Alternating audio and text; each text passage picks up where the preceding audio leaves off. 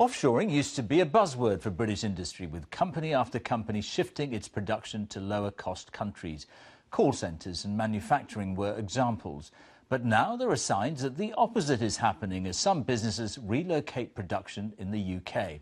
Our chief economics correspondent Hugh Pym reports on what some are calling reshoring.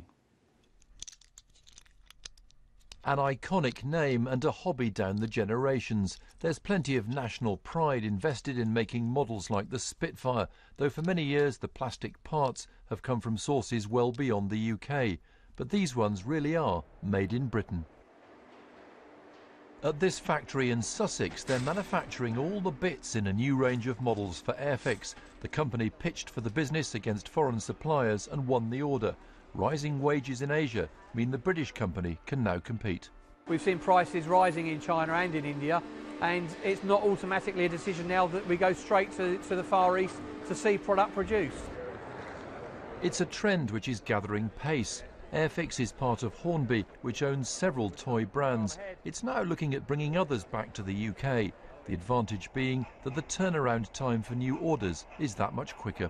Manufacturing in the UK meant that we could pick up the phone and say, look guys, can you put on an extra shift? We need more products. And they were able to respond to that there and then. The next week we had product back on the shelves. If that had been in Asia, clearly there would have been almost a 4-week gap.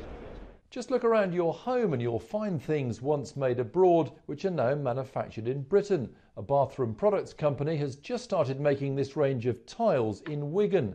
This extractor fan was manufactured in the Far East. And these instant noodles, well, they were made in China, but the British company behind the brands is now making them in Leeds. And don't think it's a few quirky niche items. Some mainstream manufacturing is being moved back home, like cookers here on Merseyside.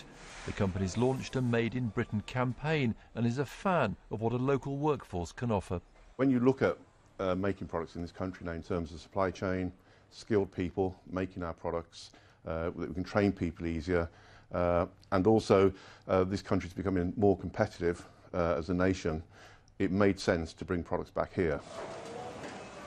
By bringing much of its work back to the UK, the company's created around 200 new jobs.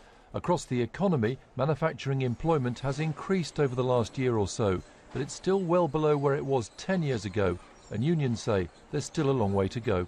There is a trend, but not as big and ambitious as we'd like to see. We've lost around 500,000 jobs in manufacturing since the recession, and unemployment is still relatively high. So we need to create more jobs in Britain and bring jobs back. It's early days for this process, but some companies like this one, which makes eco-friendly laundry products, have both moved back to the UK and started exporting. It's made in Britain and sold to China. Hugh Pym, BBC News. So is